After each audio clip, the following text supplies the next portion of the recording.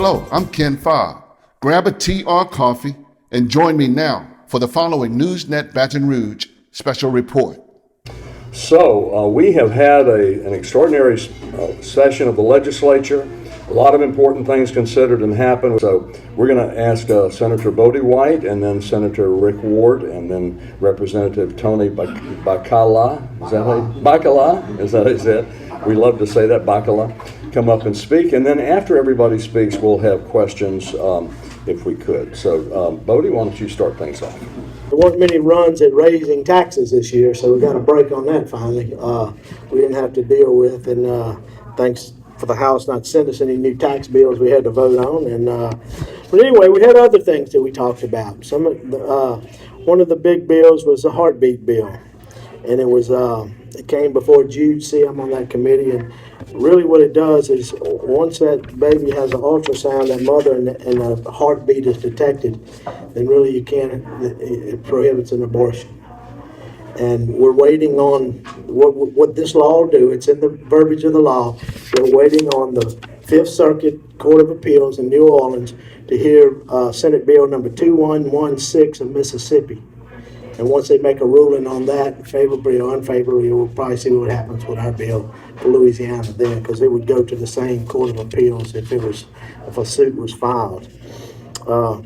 Big bill, Tanner McGee and Rick worked on, and actually I had that bill last year. I hijacked my chairman's bill out of finance and to use and bond that BP money for road projects, and I think it's going to end up, Rick's going to talk about that, and Rick did a good job. He really did, he and Tanner both, but kind of when it comes to the Senate, we all got on it and made sure we passed it. It's almost like a Times project, close to, I think, probably ended up bonding somewhere around $700 million. Rick can tell you about some of the great projects that's going to be in there. That took a good bit of time when it came to the Senate.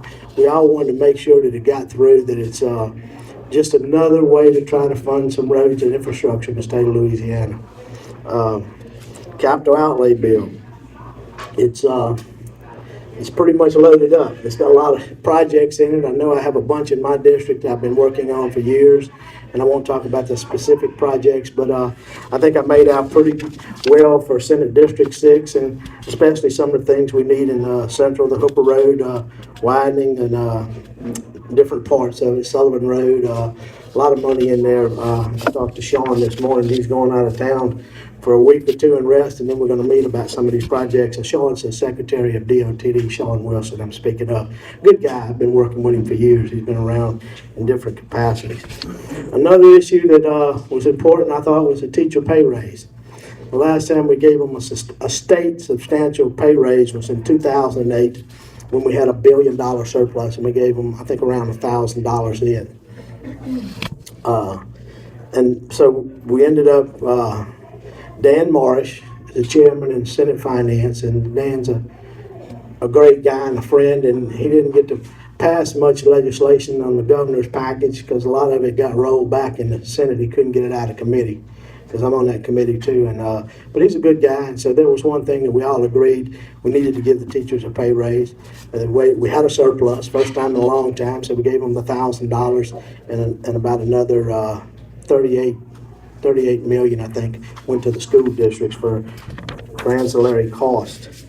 The flood issue, I'm chairman of Homeland Security. We talked about that a lot with the Mississippi River at record flood days. Baton Rouge hasn't been at flood stage for that many days since 1927 when the Great Deluge happened. And so the water's high, but thankfully I think it's going down a little bit up north. It overtopped some in Missouri. I had to keep up with that every day while we're in session to inform my senators where we were on that. But they're going back and forth on the Morganza spillway. They really don't want to open it unless they have to, but there's a trigger. There's so many million cubic feet per second flow in front of it, and the speed of the flow, that's the trigger. And the Bonacary has hit it twice this year. So it's really a trigger. Thank you for joining us today. I'm Ken Fobb, and I will see you next time right here on NewsNet, Baton Rouge.